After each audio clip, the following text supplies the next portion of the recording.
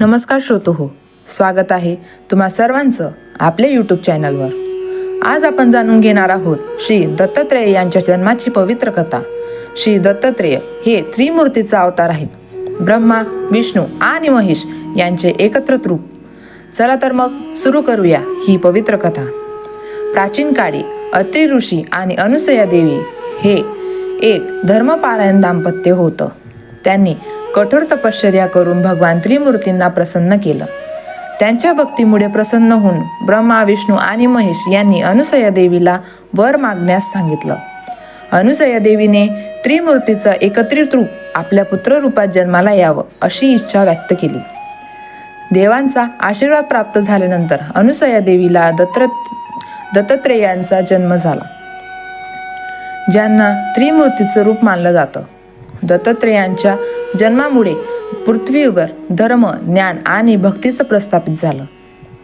दत्तात्रेय हे त्यांचे शिष्याच्या शुद्ध आत्मज्ञान आणि मोक्षप्राप्तीचा मार्ग दाखवतात. श्री दत्तात्रेय हे समस्त संतांच्या आद्यगुरु मानले जातात. त्यांच्या जीवनात त्यांनी अनेक लीलांचा आविष्कार केला. त्यांना गायी, कुत्री आणि दगडासारख्या वस्तूंमध्ये परमात्मा दिसतो. श्री दत्तात्रेय यांनी आपले 24 गुरु मानले, ज्यांनी त्यांना भिन्न भिन्न जीवन शिक्षा दिल्या. श्री दत्तात्रेयांची उपासना विशेषतः महाराष्ट्रात प्रचलित आहे.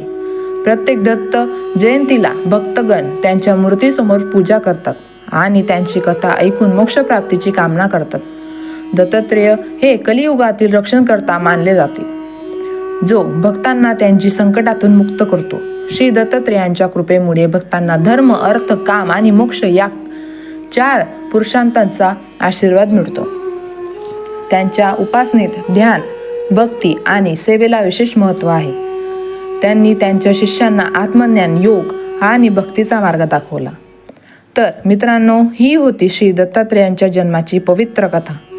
तुम्हाला ही कथा आवडली असल्यास कृपया आमच्या चॅनलला सबस्क्राईब करा आणि व्हिडिओला लाईक आणि शेअर जरूर करा. आपल्या मित्रांसोबत कथा जरूर शेअर करा. धन्यवाद. पुढील व्हिडिओमध्ये भेटूया एक नवीन कथेसह. आणि कमेंट बॉक्समध्ये जय गुरुदेव श्री दत्तात्रेय भगवान की जय नक्की लिहा.